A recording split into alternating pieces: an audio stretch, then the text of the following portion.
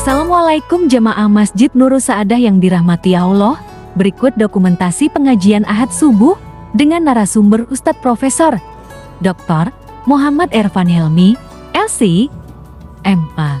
Beliau adalah Dekan Fakultas Dakwah UIN Salatiga, juga merupakan atas pendidikan dan kebudayaan Atribut Kementerian Pendidikan, Kebudayaan, Riset, dan Teknologi di Kedutaan Besar Republik Indonesia di Riyadh, Arab Saudi. Yang kami hormati Al-Mukarram Profesor Dr. Haji Muhammad Ervan Helmi, LCMA, yang kami hormati pula seluruh jajaran pengurus Masjid Nurul Saadah, ini sepuh jemaah rahimahullah. Sebelum inti tausiah pagi ini yang nanti akan disampaikan Al-Mukarram Ustadz Prof. Muhammad Ervan, bila senantiasa memanjatkan puji syukur kehadirat Allah SWT yang senantiasa memberikan bimbingan. A'udzu bihi min syururi anfusina wa min sayyiati a'malina. May yahdihillahu fala mudilla lahu wa may yudlil fala hadiya lahu. أشهد أن لا إله إلا الله وحده لا شريك له وأشهد أن محمدا عبده ورسوله. اللهم صل وسلم على سيدنا محمد عبد الله وعلى آله وأصحابه ومن تبع هداه إلى يوم القيامة. أما بعد، قال الله تعالى في القرآن الكريم: أعوذ بالله من الشيطان الرجيم. بسم الله الرحمن الرحيم. والعصر إن الإنسان لفي خسر إلا الذين آمنوا وعملوا الصالحات وتواصوا بالحق وتواصوا بالصبر. صدق الله العظيم. Kaum muslimin dan muslimat, Bapak Ibu jamaah pengajian Ahad subuh Masjid Nurul Saadah yang dimuliakan Allah Subhanahu wa Ta'ala. Pertama, marilah sama-sama kita bersyukur pada Allah Subhanahu wa Ta'ala atas segala nikmat, segala karunia yang diberikan kepada kita semua, baik yang disadari oleh kita ataupun yang tidak disadari oleh kita. Karena ada nikmat yang karena sudah sangat biasa, maka kita tidak menyadari sesungguhnya itu adalah nikmat dari Allah Subhanahu wa Ta'ala.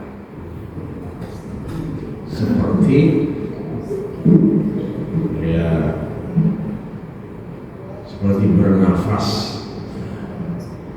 Bernafas itu nikmat yang tidak disadari, tapi itu dari Allah Subhanahu wa Ta'ala.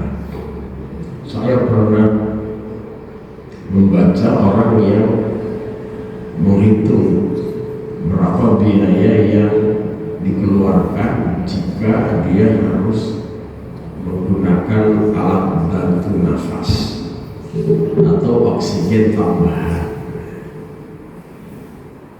Satu tabung oksigen itu harganya berapa?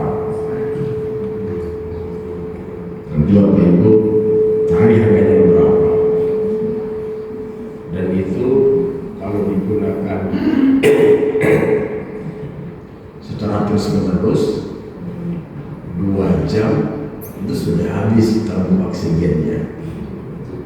Jadi dalam 24 jam kita membutuhkan 12 tabung oksigen. Kalau itu digunakan selama berhari-hari, maka bisa dihitung berapa kebutuhan yang dibutuhkan untuk memudahkan kita bernafas. Nah, alhamdulillah kita tidak termasuk yang nikmat itu ya dicabut oleh Allah Subhanahu wa Ta'ala, sehingga kita masih bisa bernafas dengan leluasa. Salawat dan salam semoga senantiasa terlimpah kepada junjungan kita Nabi Agung Muhammad Sallallahu Alaihi Wasallam, teladan seluruh umat manusia yang kehidupannya menjadi contoh, menjadi rujukan terbaik seluruh manusia yang ada di muka bumi ini. Bapak Ibu yang saya hormati, pada kesempatan tausiah pagi ini saya akan mengambil dari surat At-Taubah ayat 36 yang berbicara tentang bulan-bulan yang 12 menurut hitungan bulan Hijriah. Jadi memang urusan bulan ini manusia itu diberi kemampuan yang sangat luar biasa oleh Allah Subhanahu wa Ta'ala, sehingga manusia mengoptimalisasi ya pengetahuannya, mengoptimalisasi logikanya untuk melakukan bulan yang oleh Allah Subhanahu wa Ta'ala disebut berjumlah 12 ini ya. Menurut kalender dan salah satu perhitungan bulan Hijriah ini pada tanggal 1 Maret tahun 2025 ya, kita sudah masuk kepada tanggal 1 Ramadan 1445 Hijriah. Jadi Ramadan itu tinggal menunggu hari saja. Nah, Bapak Ibu yang saya hormati, di dalam surat At-Taubah ayat 36 Allah berfirman, a'udzubillahi minasyaitonir rajim, inna iddatash syuhuri 'indallahi 12 syahran fi kitabillah yawma khalaqas samawati wal ardh minha arba'atun hurum dzalika ad-dinul qayyim fala tazlimu fihinna anfusakum wa qatilul musyrikina kafatan kama yuqatilunakum kafah wa'lamu anna Allaha ma'al muttaqin. Artinya, sesungguhnya bilangan bulan di sisi Allah Subhanahu wa Ta'ala ialah 12, sebagaimana ketetapan Allah di Lauhul Mahfuz pada waktu Ia menciptakan langit dan bumi. Di antaranya ada 4 bulan yang haram. Itulah ketetapan agama yang lurus. Maka janganlah kamu menzalimi dirimu pada 4 bulan itu, dan perangilah orang-orang musyrik semuanya sebagaimana mereka memerangi kamu semuanya. Ketahuilah bahwa sesungguhnya Allah bersama orang-orang yang bertakwa.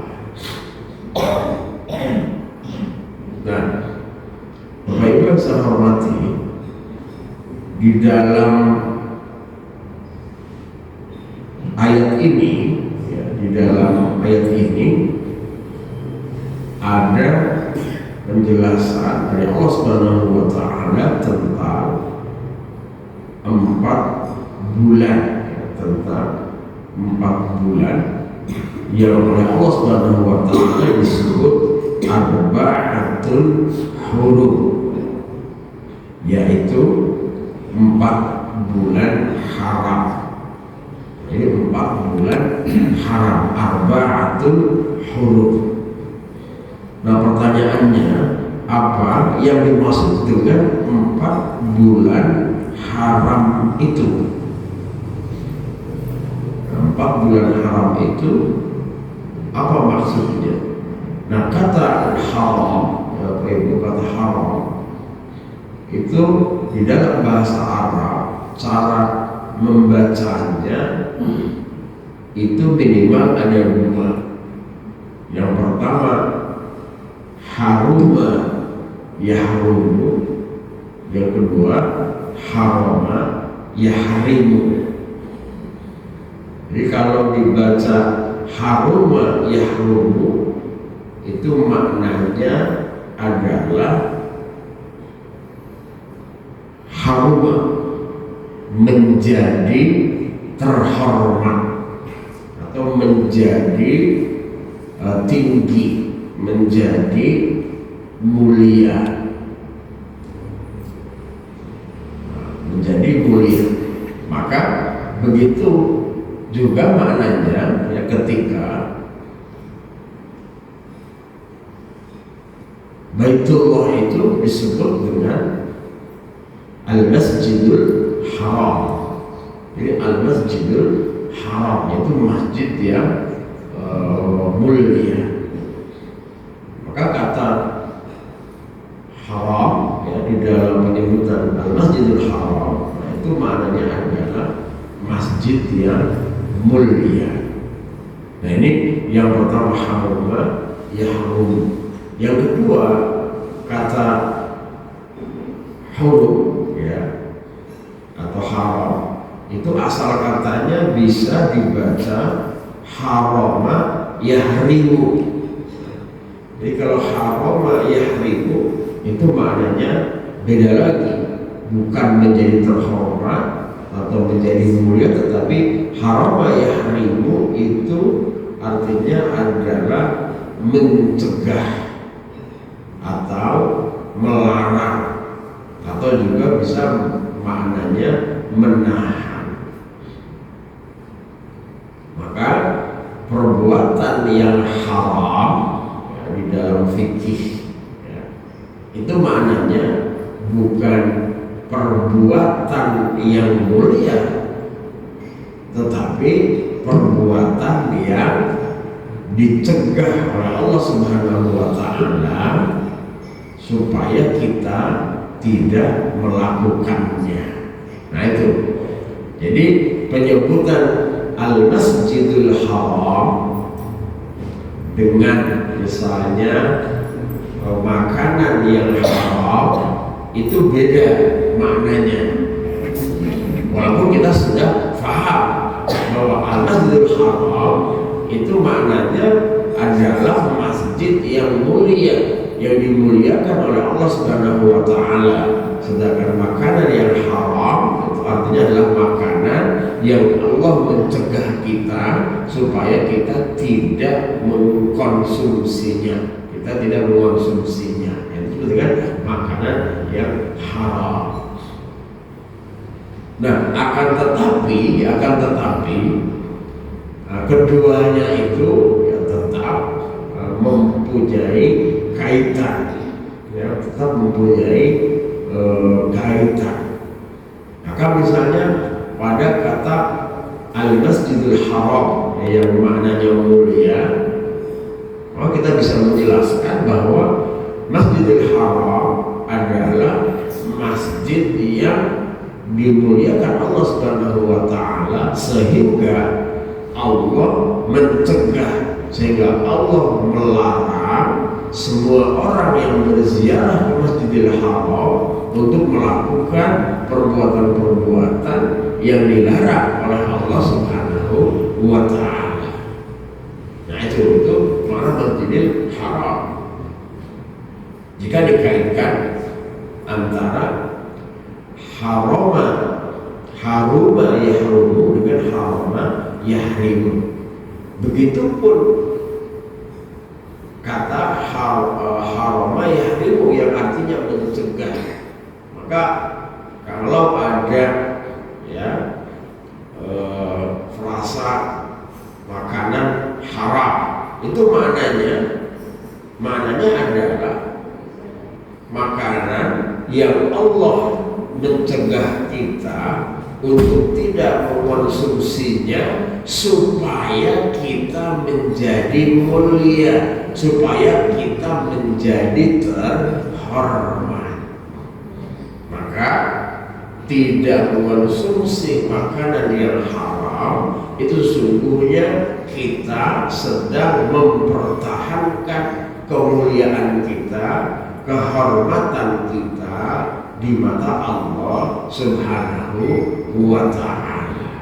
Nah ini makna dari kata haram yang asalnya ada dua, haruma yahrumu dan harama yahrimu.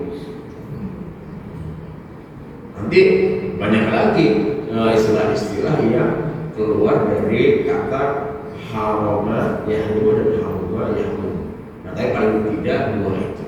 Nah, bagaimana arba'atul huruf yang disebut oleh Allah Subhanahu wa taala dalam surat At-Taubah ayat 36 ini? Nah, kata arba'atul huruf ya, yaitu 4 bulan yang haram, nah, itu maknanya juga merujuk kepada dua asal kata tadi. Yang pertama haruma yahrumu, yang kedua adalah haruma yahrimu. Maka 4 bulan haram ini adalah 4 bulan yang dimuliakan oleh Allah Subhanahu wa ta'ala. Nah, apa makna bahwa bulan ini dimuliakan oleh Allah Subhanahu wa ta'ala? Nah, ini 4 bulan itu ya kita refresh dulu. 4 bulan itu yaitu kalau dimulai ya dari bulan yang paling pertama ya, yang pertama adalah bulan Muharram. Dari bulan paling pertama ya, yang pertama adalah bulan Muharram. Kemudian bulan ini yang kita sedang berada yaitu bulan Rajab. Kemudian bulan yang bulan Hafid, bulan Dzulqa'dah dan juga bulan Dzulhijjah. Jadi itu 4. Kalau dihitungnya dari bulan Rajab, maka Rajab, Dzulqa'dah, Dzulhijjah dan Muharram. Jadi bulan ke-8 itu bulan Rajab ini ya, kemudian Dzulqa'dah ya, 2 bulan setelah ini banyak ya. Sya'ban, Ramadan, Syawal, ya, Dzulqa'dah dan Dzulhijjah. Nah, oleh Allah Subhanahu wa ta'ala ya, bulan ini ya, disebut bulan haram ya, ada beberapa sebab. Yang pertama, pada bulan ini ya, kalau kita lihat ya, pada bulan ini ada ya 2 bulan yang disebut pada arba'atul hurum itu adalah 2 bulan di mana kaum muslimin melakukan prosesi manasik haji. Manasik haji. Bahkan ada juga yang sampai mendekati bulan Muharram. Nah, ini yaitu bulan Dzulqa'dah dan bulan Zulhijjah. Maka oleh Allah Subhanahu wa taala ya, bulan Zulqa'dah dan bulan Zulhijjah ini ya termasuk di dalam arba'atul hurum. Karena apa? Karena kaum muslimin ya pada 2 bulan ini intensif melaksanakan ibadah haji. Nah, ini ada kaitannya Bapak Ibu dengan ya surat Al-Baqarah yang menyebutkan tentang pelaksanaan ibadah haji. Itu kan di dalam ayat itu disebutkan bahwa ya orang yang melaksanakan ibadah haji itu ya kan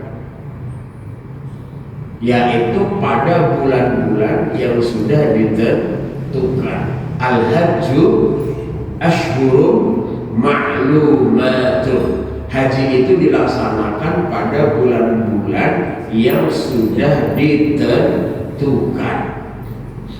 Makanya ini Bapak Ibu, mengapa disebut ashhurum ma'lumatun dalam ayat haji itu?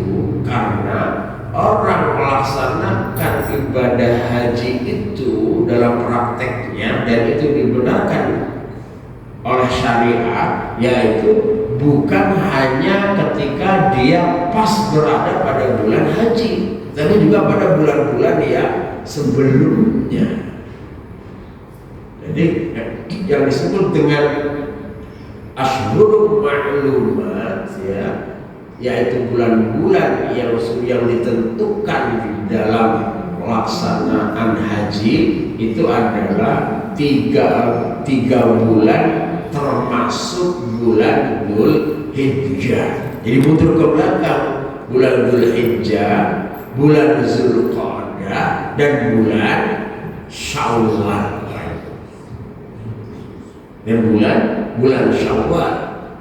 Jadi kalau jamaah haji Indonesia itu prosesi hajinya pada bulan Zulqa'dah kloter 1.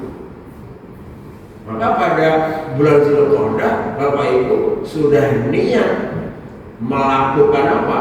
Melakukan niat ihram untuk umroh sebagai rangkaian dari pelaksanaan haji tamattu. Nah, itu buktinya. Jadi walaupun haji itu ya dilaksanakan manasiknya hanya pada 5 hari sebenarnya, mulai tanggal 8, 9, 10, 11, 12, 13. Berapa?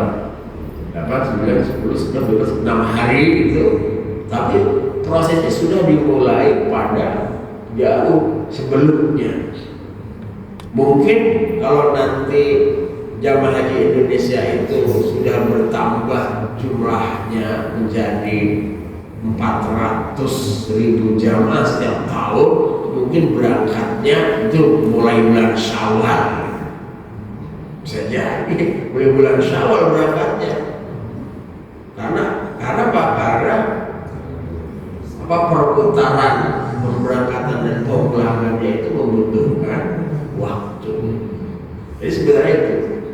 Nah, ini ada hubungannya. Maka al-hajju ashhurum ma'lumatun itu kaitannya dengan ayat ini arba'atul hurum, yaitu pada 2 bulan yang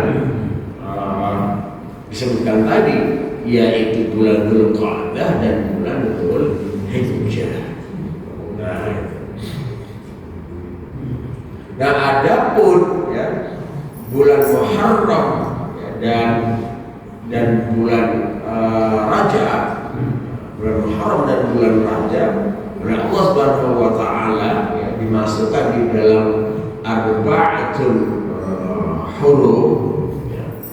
Nah, itu kalau kita lihat di dalam sejarah Arab pra-Islam ya, sejarah Arab pra-Islam itu pada bulan yang kemudian disebut dengan Muharram itu orang-orang Arab pada masa itu memang ya, tidak banyak melakukan kegiatan-kegiatan yang memuaskan keinginan duniawinya, memuaskan keinginan nafsunya, tetapi mereka lebih banyak melakukan perbuatan yang menurut mereka itu adalah bentuk daripada pengabdian kepada Tuhan,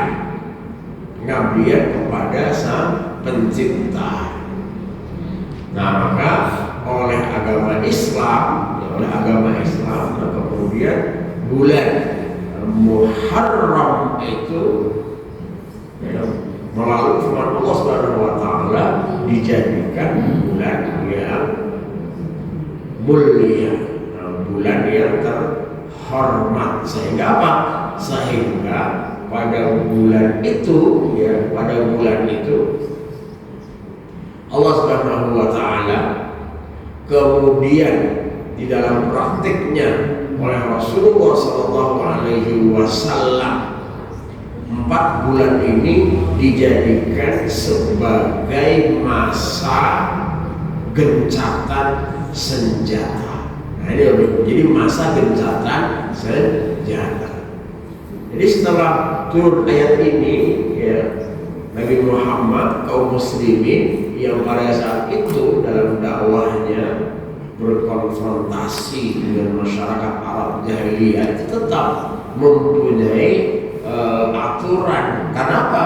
Karena mereka ya, pada bulan itu mempunyai kegiatan-kegiatan yang menjadi penting bahwa mereka adalah manusia hamba Allah yang mengabdi kepada Tuhan yang diyakini oleh mereka masing-masing.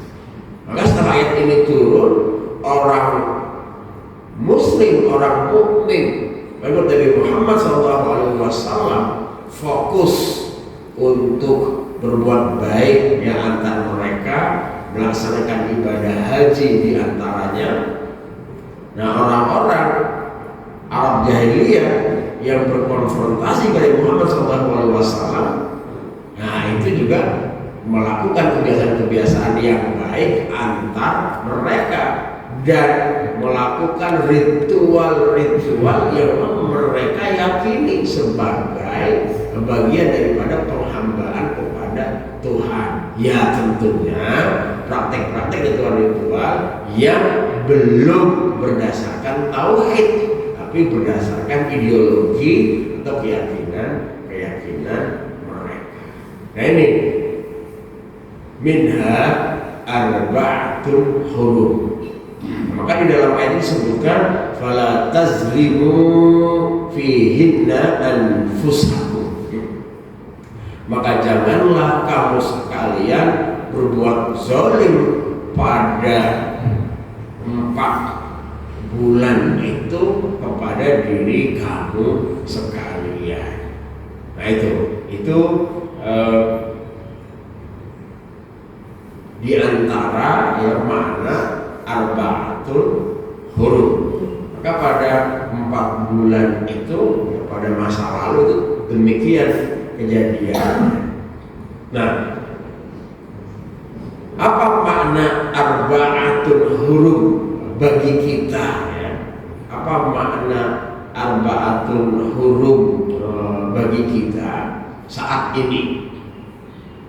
Maksudnya bagi kita saat ini. Nah, memahami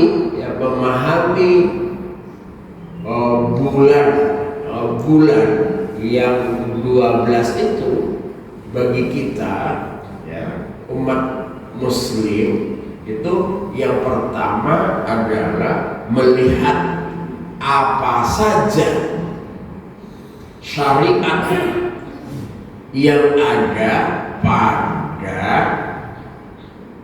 bulan yang 12 termasuk arba'atul hurum itu. Nah itu sebenarnya. di dalam hadis Nabi Shallallahu Alaihi Wasallam itu disebutkan, janganlah kalian menjelekkan waktu, janganlah kalian menjelekkan bulan yang sudah diberikan oleh Allah Subhanahu wa taala kepada kalian, karena sungguhnya yang jelek itu bukan waktunya, bukan bulannya, tetapi kamu sekalianlah yang menjadikannya menjadi jelek, menjadi buruk. Maka Bapak Ibu, di dalam agama kita itu tidak ada identifikasi atau penamaan bulan baik, bulan buruk. Yang ada itu tanggal baik karena tanggal awal bulan gajian, tanggal akhir bulan tidak gajian. Seperti itu kan? Dalam makna kita, tapi sungguhnya itu tidak ada. Kalau misalnya teman-teman, bulan ini saya betul-betul naas, apes, gini. Nah itu sebenarnya bukan bagi kita, pemahamannya itu bukan memang itu bulan buruk bagi saya, bukan. Tapi tadi sungguhnya kamulah yang menciptakan bagaimana kamu pada waktu itu, pada saat itu. Justru kalau dalam ayat ini Allah Subhanahu wa taala menjelaskan minha arba'atun hurum, itu ada 4 bulan yang mulia, yang dimuliakan oleh Allah Subhanahu wa taala. Coba cari Bapak Ibu, coba cari ya di dalam Al-Quran atau Al-Hadis itu tidak ada penyebutan hari atau waktu, ya, penyebutan hari atau waktu dengan dengan ketentuan bahwa ini adalah hari baik, ini adalah hari yang tidak baik atau buruk. Tetapi yang ada adalah bahwa bulan ini di mana terjadi, ya kan, peristiwa-peristiwa atas kekuasaan Allah Subhanahu wa taala. Misalnya bulan Muharram terjadi peristiwa-peristiwa besar, ya, di dalam kehidupan para nabi, termasuk umat manusia yang mengikuti nabi atau yang membangkang kepada ajaran nabi. Tapi itu maknanya bukan berarti bulan itu bulan yang naas bagi dia. Tapi itu dijadikan oleh Allah Subhanahu wa taala ya, sebagai pelajaran. Jadi kalau ya, misalnya pada bulan tertentu ada orang mendapatkan kemuliaan, maka sesungguhnya bukan karena bulannya, tetapi karena dia, karena dia memanfaatkan kesempatan yang diberikan oleh Allah Subhanahu wa taala pada bulan itu. Nah ini minha arba'atun hurum, ya. Nah sekarang kita masuk dalam bulan Rajab, ya, maksud bulan Rajab. Begitupun di dalam bulan Rajab, di dalam bulan Rajab dan di dalam semua tuntunan Rasulullah SAW, setiap bulan yang 12 itu menjadi media bagi kita untuk berbuat baik. Nah, untuk berbuat baik tidak ada larangan, tidak boleh apa, tidak boleh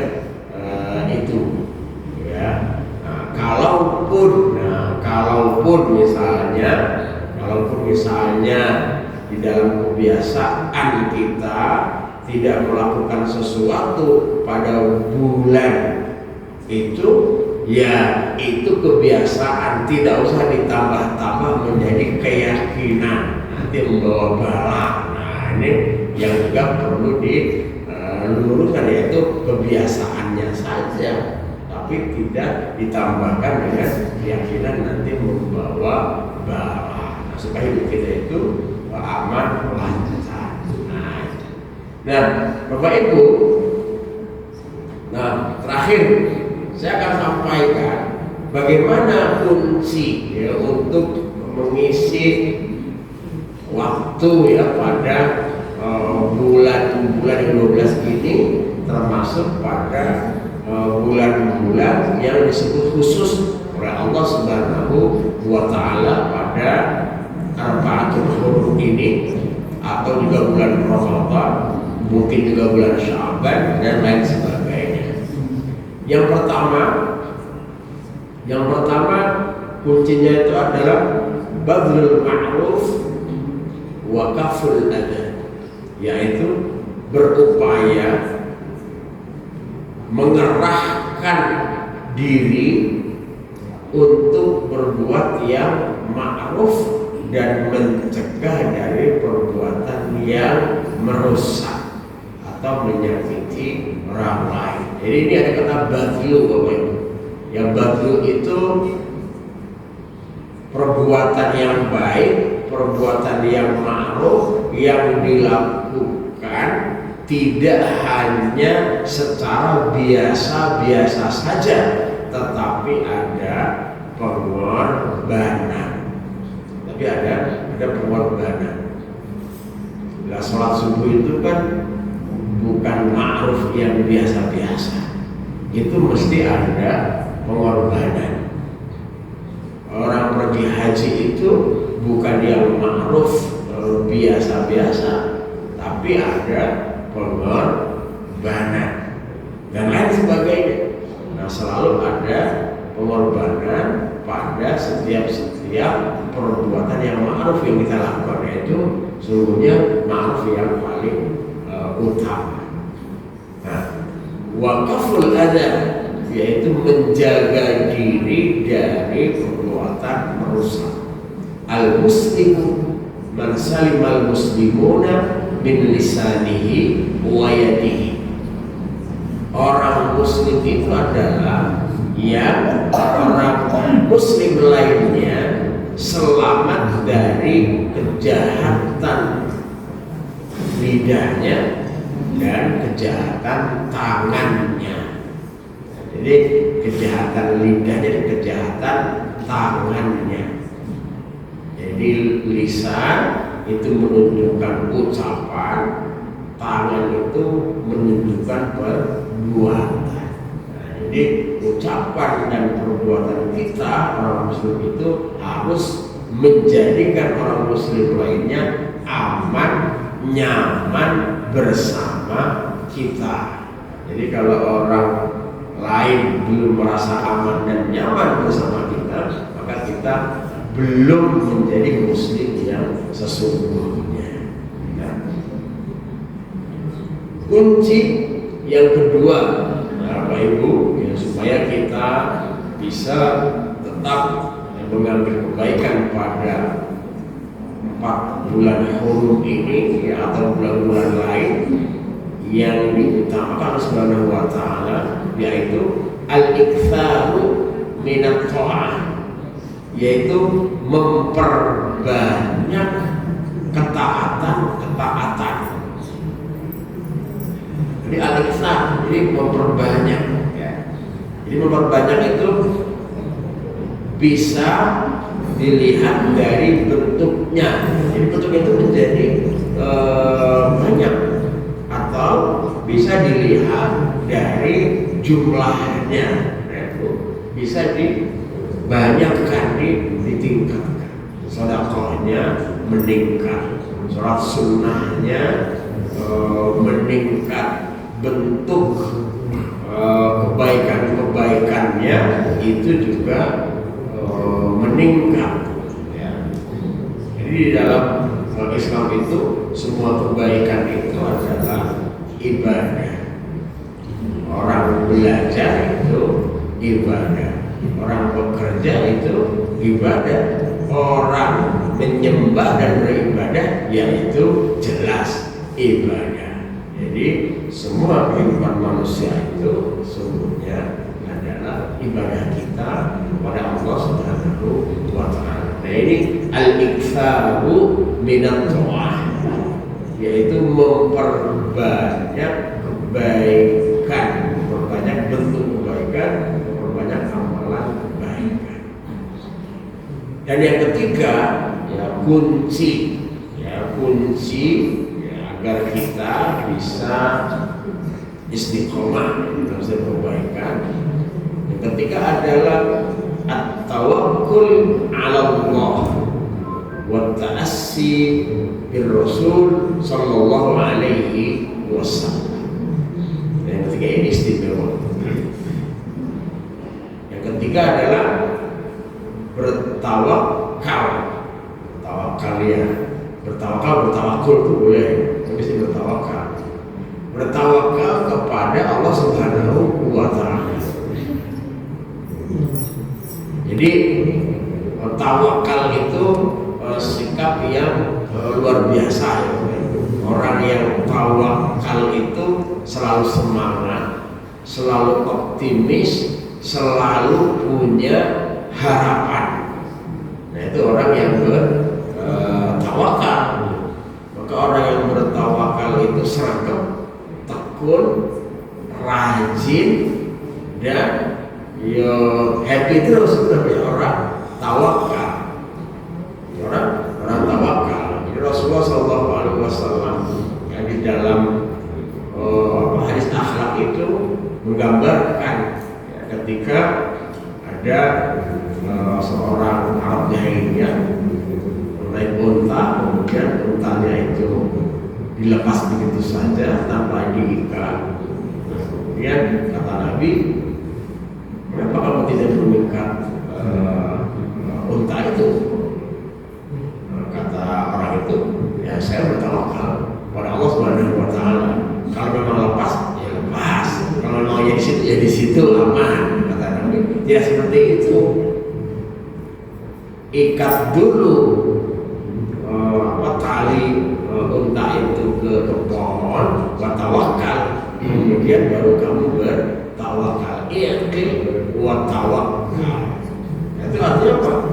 Bahwa orang yang bertawakal itu sebelumnya itu sudah ada usaha, dan sebelumnya sudah ada keinginan, keyakinan untuk mendapatkan kebaikan. Nah ini wa tawakkul 'ala Allah wa ta'assi bir Rasul sallallahu alaihi wasallam, dan senantiasa bercermin kepada Nabi Muhammad sallallahu alaihi wasallam. Jadi Nabi Muhammad adalah cermin yang paling baik, ya, cermin yang paling baik. Jadi kalau kita mau mengukur bagaimana kita hidup itu, yang bercermin kepada Nabi Muhammad sallallahu alaihi wasallam. Meskipun ya mungkin kita tidak akan sampai kepada kesempurnaan beliau, tetapi paling tidak kita menjadi diingatkan, ya, jadi diingatkan bahwa banyak sekali contoh kehidupan Rasulullah SAW yang harus kita teladani, ya, sebagai pengikutnya. Nah, Bapak Ibu yang sekalian, Allah Subhanahu wa Ta'ala, ya, saya kira itu ya sebagai pengawal dari kehidupan kita di awal tahun 2025 ya. Terakhir secara pribadi kepada jemaah Masjid Nur Saada yang sudah beberapa lama, saya tidak tahu ya sejak tahun berapa gitu, saya mulai sholat Jumat, kemudian sholat tarawih, dan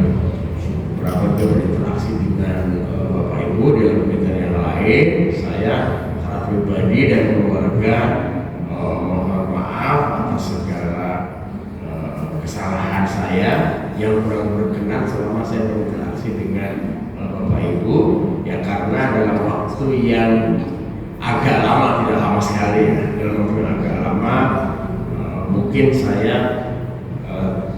belum bisa memenuhi undangan lagi ya, karena sejak bulan Februari tahun 2025 bulan depan insya Allah saya mulai bertugas di Kedutaan Besar Republik Indonesia di Riyadh, Saudi Arabia sebagai atas pendidikan dan kebudayaan Republik Indonesia.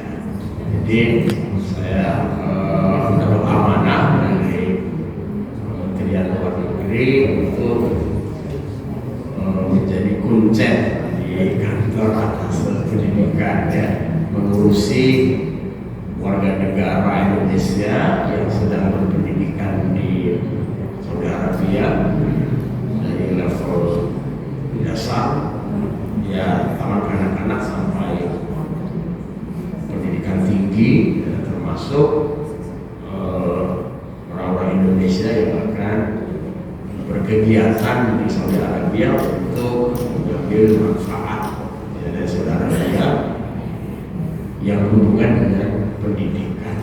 Nah, jadi itu saya mau mendoakan mudah-mudahan saya bisa sehat, sukses menjalankan tugas, karena saya juga membawa keluarga seluruhnya ya, supaya keluarga seluruhnya jadi goyongan, keluarga seluruhnya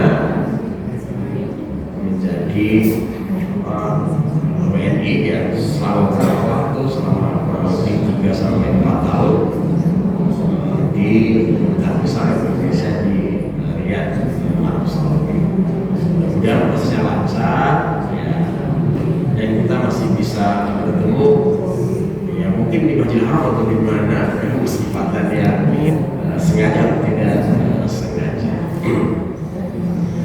Karena itu marilah sama-sama kita berdoa untuk kebaikan kita semua, kita semua, Allah Subhanahu wa Ta'ala memudahkan ya, semua niat baik kita. Billahi wa syafaat.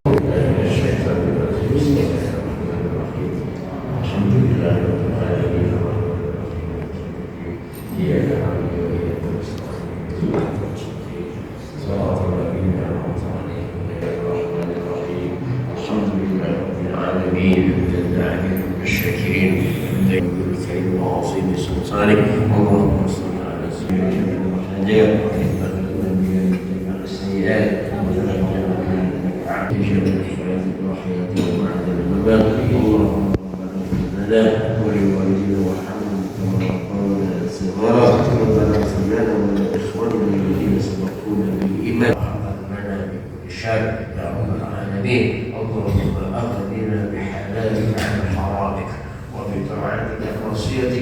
وبفضلك عمن سواك ربنا إننا سمعنا ولدينا بالآخرة حسنة وقنا عذاب النار